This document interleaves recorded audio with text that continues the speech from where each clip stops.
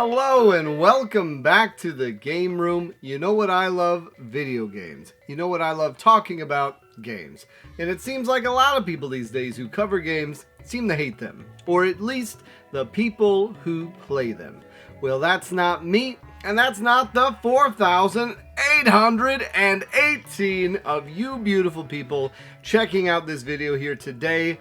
We are over 4,800. Thank you guys so much. Thank you for watching last week's video. We are a couple of weeks from the overpriced Switch 2. There will be more Switch content, but this week I wanted to take a look at the PlayStation 4 as I have had a few requests for it. And speaking of viewer requests, I have seen a few of you ask if I do live streaming or recordings of my footage. I would like to do more of that. One of the original goals with the Patreon was to get enough money to be able to buy a gaming PC again, because my old PC exploded thanks to my cat peeing on it back in 2021. And then ever since then I've been kind of playing, not catch up, but just playing by the seat of my pants on a computer that is nowhere near powerful enough to do streaming, not very powerful enough to even game capture for the most part. And that's kind of what my struggle has been with. So yes, I would like to get on and do some more of that, especially with the game like Clair Obscur that just came out. I'd love to show you guys some of that game as I was playing it. But yes, that is on the roadmap. I don't know when, but if more of you guys keep clamoring for it, we will get to it. And who knows, maybe we'll just do a, maybe for 5,000 subs, we'll do a live stream. We'll just do a live stream, Q&A, hangout, whatever, maybe do some stuff like that. People seem to like that, but let me know. But anyways, that's not why you're here today. Today, we are taking a look at 10 PS4 games you should go out and buy before prices go up. Let's check it out. There's a lot of games out there, some of which you've never even heard of. That's where I come in. My name's Luke. I've been playing games since the age of 2, and I have no life. This is my game room. Alright, so the first game we're going to talk about today was one that was an indie title that looked very interesting. It came out from a fairly new developer, I believe. I think it was their first game. And it had no physical copy on the radar, and then suddenly it had a physical copy that was more of a kind of a copy of a Super Nintendo game, and then it got a full-blown actual physical copy for the PS4. And I stupidly bought both of them because I really wanted to support the game, and we were talking about Hyperllight Drifter. So not only did I buy the Super Nintendo style collector's edition, came with a digital code that I used on PS4, but I also got the physical edition that I Am 8-Bit released, and it's still sealed. As you'll notice, just like the Switch, a lot of the damn games I got on the PS4 are still sealed. But Hyperllight Drifter. This is a very, very intriguing game. It plays like a top-down Zelda game. There's no dialogue whatsoever, so sort of think of the way Tunic works, where there's a in-game universe language, and then as you go throughout, you will see people talking, but you can't really understand, but they show, don't tell, which is always a great storytelling device. In this world, you're kind of given the whole lay of the land, and as you explore, you can explore underground levels and then above ground. It's a gorgeous topography, very cool art style. And you're known as the Drifter, and you're trying to go and defeat the enemy. Not the most deep storyline in the world. As you pick up these gears and these chips and these things and that, you can augment your abilities, get new abilities. It's been a while since I played this one, so forgive me if I don't remember all the details.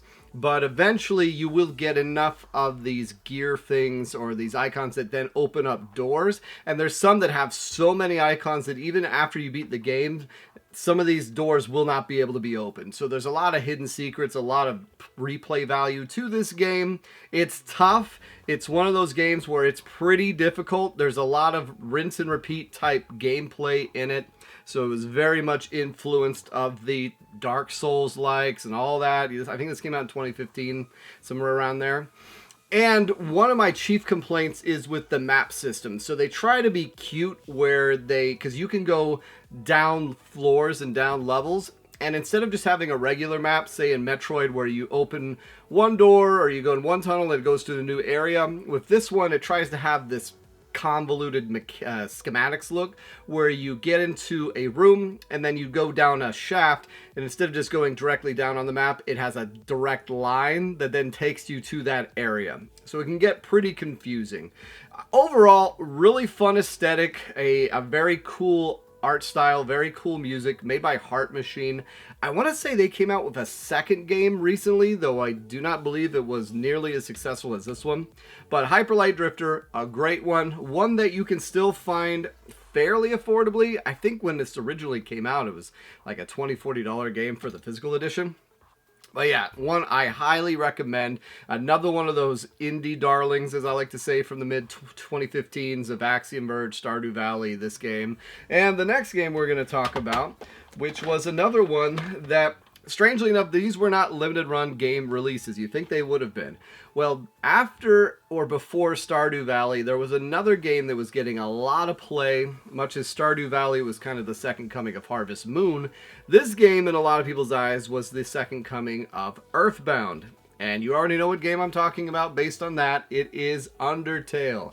And Undertale had a physical version released for the PS4. This was a big deal when it was announced because I believe it was only PC at the time. It was not on console.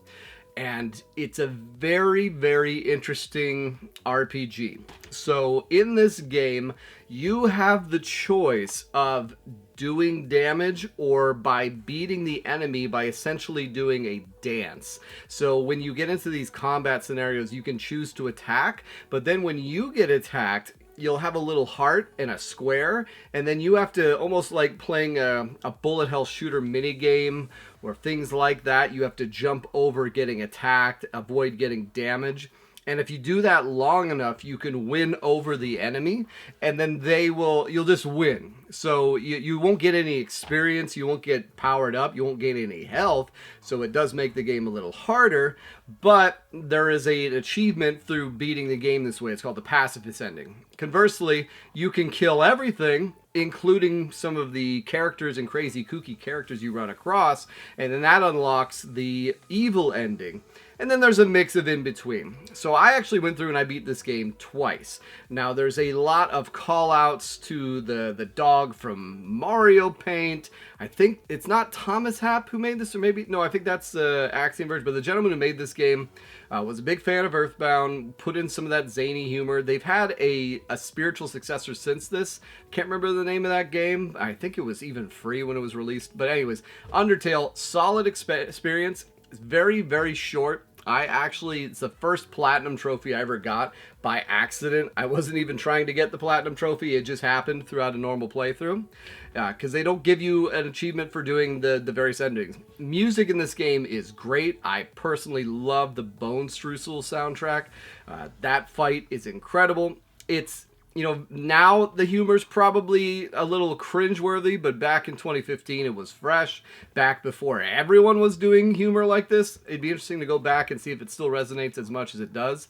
But it's just overall a phenomenal game, well worth it. When I got it, I bought it brand new. I think it was like $30-$40, and yes, you can still find it. It's on various different systems as well. Highly, highly recommend it. It is a great game, and one of those ones where, it can be as hard or as not hard as you want it to be, but it actually does pay dividends to play through it multiple times, and I enjoyed doing the multiple playthroughs that I did. Alright, now this is one that I had my eyes on for a long time. I saw this, I can't remember on whose video, it might have been RNG Game or somebody, but it was a game that was basically a FMV cutscene game, but it played like an actual movie, and then you would make choices throughout, sort of the way you do in, say, an Until Dawn, or things like that, but instead of it being a Telltale game, it uses real actors and real footage, and a choose-your-own-adventure game. And that game is The Late Shift. And this was surprisingly hard to track down physically. Another limited run games release. I apologize again, there's going to be a lot of limited run games in this, because the only way you can get some of these physical games, I want to say I got it for like $60 complete, or new, and I think it's still around there, a little bit more expensive than when it was released initially. And it's It's a very intriguing game. Me and Jen played it, so it was one of those things where it's a great game to play with people who may not be quote-unquote gamers, because it is like you're watching a movie. We played it 2 times. There's allegedly 7 different endings, although with these kind of games, with all choose-your-own-adventure type things, it does get a little frustrating to see that, wow, your choices that you thought did matter in playthrough 1 really didn't matter. But then on the flip side, there's some times where it actually does influence it greatly. So the first playthrough, we went to these separate areas that in the second playthrough, we completely skipped. Now, some of the acting is pretty good. Some of the acting is comically bad, and that's a good thing. There's one part where you have the chance to basically slap a guy, and just the way you slap him is so laughable. It was truly hilarious in a good way. Very fun game, one that I highly recommend. The acting is pretty damn good. The choices seem meaningful on the first go around, and it's clever. It's clever, well written, and one that is definitely fun to go through and see the alternate endings, as well as some spot-on comedy, especially when you go to the section where they go to a Chinese food restaurant. One of the most funny parts of the whole game with a bribery scene. I'll just leave it at that. All right, now this one is not necessarily an expensive game, but I think it's something that you should pick up now while it is dirt cheap. I mean, I think I got this for $5. You can still find it for $7, $10. But the quality of it is surprisingly good, and you can look at this game and match it up against current releases, and it still looks just as good. And it started off, the first time I really started hearing people talk about, game length versus the price of the game. And that game is The Order 1886. Hear me out. I know a lot of people trash this game. I'm not going to tell you it's Mozart, but the game looks phenomenal. The lore behind the game, where it takes place in an alternate world, where basically technology ramped up in a different way. So instead of using a lot of electricity-based technology, in this world they discovered technology that was based on, either plasma or smoke or fire just the way they use technology is different. So some of the weapons you utilize in this game are very, very inventive. Also in this world, vampires, werewolves, those kind of things are real. The Knights of the Round Table were real, and in fact became an order of people, hence the Order 1886. So they're an order of knights that essentially have the title. So Sir Lancelot, Guinevere, Galahad, that's the title that you hold as one of the knights, even though that may not necessarily be your name. And then there's a type of drink you can take that brings you back to life, gives you this immortality, helps you heal. It's not a great game, like I say, but it's very cinematic. It's more or less a third-person cover-based shooter at times. And back in 2014-15 when it came out, this was one of the big exclusives for the PS4.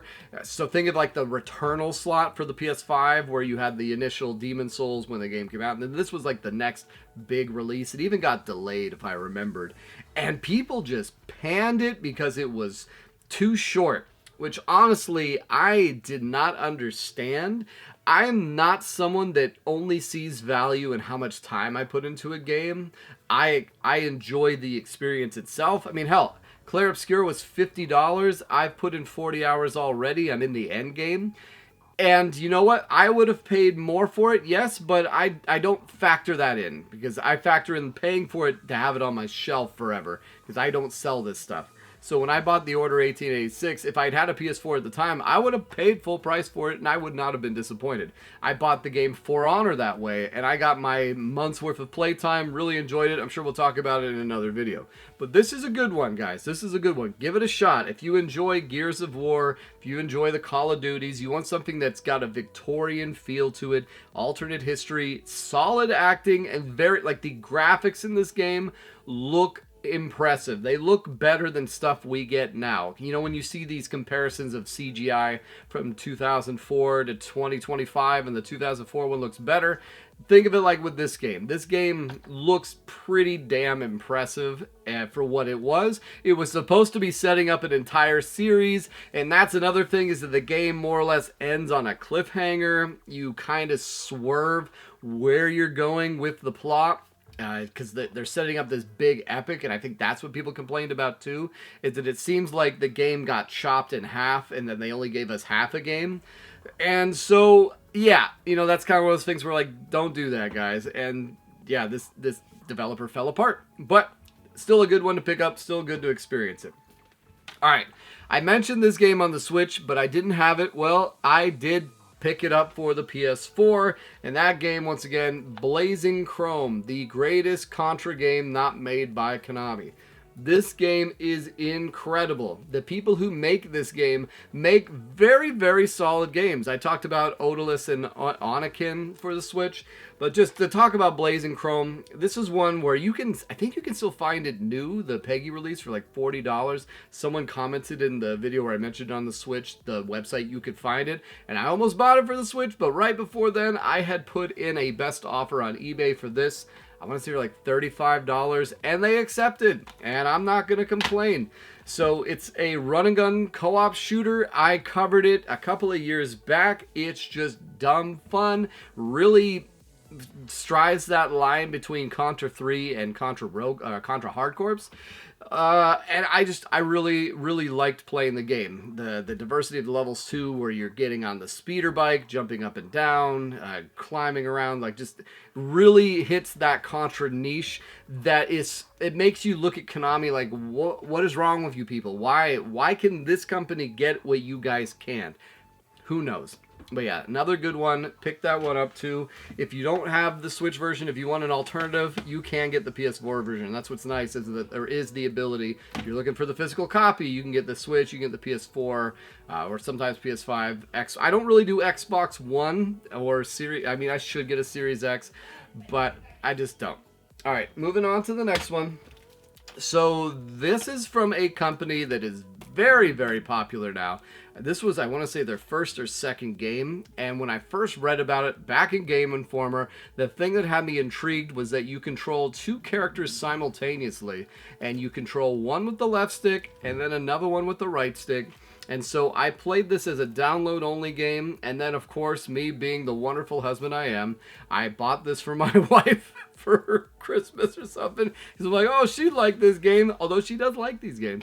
But that was Brothers, A Tale of Two Sons. You have the older brother and the younger brother. The purpose of the game is, I believe they're trying to save their father. So they go off on this big journey. You go through these really crazy worlds too. There's one with a giant battlefield with all these ogres. There's, they're all thematic in a way that is a little unexpected, but the thing that really gets your goat is the controlling two characters simultaneously. It's one of the most unique gameplay elements I've ever seen, and it takes some time for your brain to really process it, because it is one of those things where you're circling your head while you're tapping it at the same time, and some people just can't do it. And it's probably why after this, with A Way Out, Split Fiction, Takes Two, they went to this having them be dedicated co-op games. But there's a lot of interesting ideas in this game. It is surprisingly good as far as a story that has very minimal dialogue, as well as the ending. We're not talking about spoilers, but the ending is very, very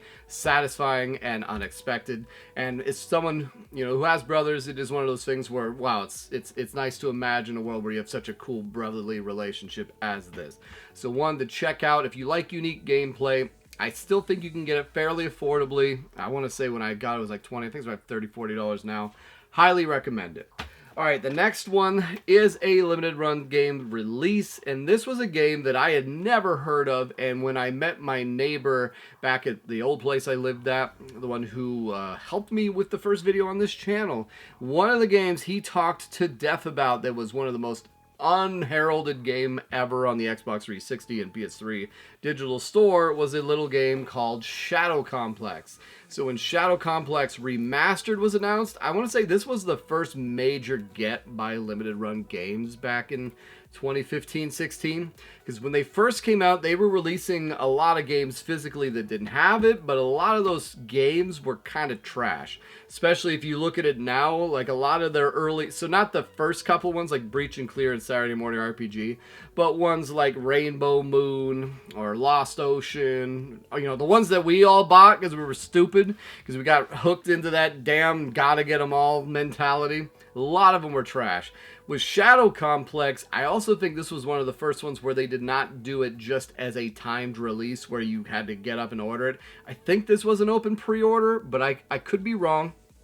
But this game is not just the original Shadow Complex. It was remastered for the PS4, because originally it was a download-only game on the 360 PS3. And what it is, it's a 2.5D Metroidvania that feels like a Metal Gear Solid game, or, you know, like an action movie type thing where you're trying to escape this nuclear base, and it was a game before the Metroidvania genre really became super popular.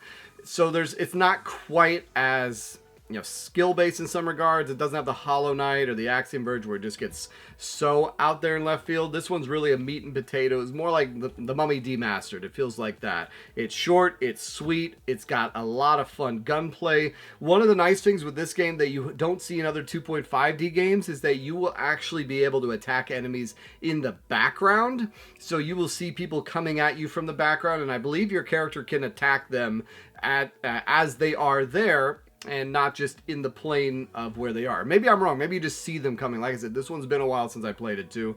Another one that is highly sought after. They just released it on the PS4, I believe. I don't think it's on any other systems, but a fun game. One of the download-only games. This and another game like Bastion. Bastion's another one I could think of, which I should talk about in another video, but I do have that one too. All right, last three we're getting down to. All right, so this is one that I really loved this game. I played it because I saw John Riggs playing the free PS Plus games that month. Like, it was when I first learned of him, and he was streaming it. I saw him playing the second boss fight, and I'm like, all right, you know what? I'm going to download that. I'm going to play it, and I just fell in love with this game. The soundtrack's incredible, gameplay's incredible. It is essentially just a boss rush mode, but it's so much more than that. And that game is Fury. Now, I've talked about Fury to death. The intro music I use is one of the songs from Fury, made by the legendary Carpenter Brute. It's made by a company from France called The Game Bakers, which is funny. This game, Clair Obscur, I seem to really like French developers. But what makes this one so cool is that it's got a very interesting overarching story. More or less, your character is imprisoned in this jail system that's outside of the planet Earth. You're not sure why, and there is 9 different jailers that are keeping him locked up. And as you progress through each one of the jailers, which is a boss fight, you learn why you are there, how you were captured, what your presence on Earth means.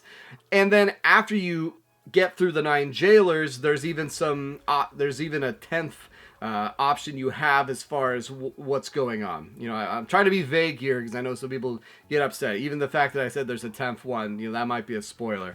But it is just phenomenal combat. What happens is it takes place, each one of the fights, the enemy will have a certain amount of lives, let's say it. And so when you're first fighting the enemy, there's a bullet hell section where in a arena style, they're putting off attacks and you have to get them down into a vulnerable state where you can get into a one-on-one combat where then you just use your sword. So in the open arena area, you can use your gun and your sword.